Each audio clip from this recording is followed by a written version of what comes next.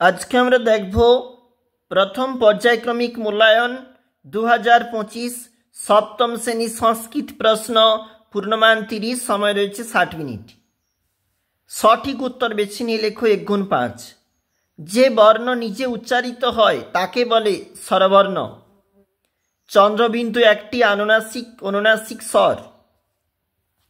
Copy এটা হচ্ছে স্ত্রীলিঙ্গ। সু ঔ যশ এগুলি বিভক্তি।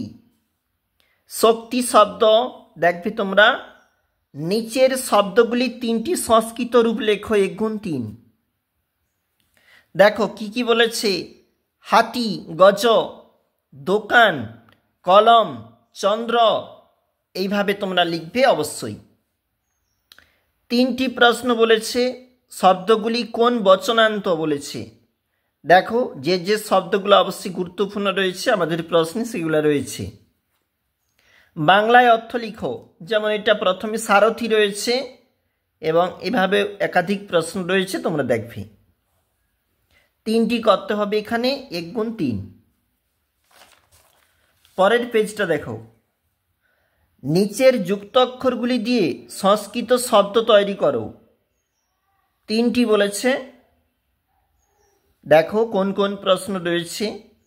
সংস্কৃতে অনুবাদ করো, একটি চাঁদ চন্দ্র, দুটি বালক বালকৌ, অনেকগুলি গরু, দেখো গাব এবং লতাগুলি লতা। বাংলায় অনুবাদ বলেছে 6 নাম্বার। দেখো চপলা বালিকা, এখানে ভালো সুশীল বালক, ভালো বালক, এবং এখানে নীল আকাশ আর হচ্ছে নির্মল জল। 2 নাম্বারের বলেছে 2টি প্রশ্নের উত্তর। অনুনাসিক বর্ণগুলি লিখে দেখাও। সংযুক্ত বর্ণ কাকে বলে উদাহরণ দাও। বিশেষ্য পদ কি। অবশ্যই দেখবে।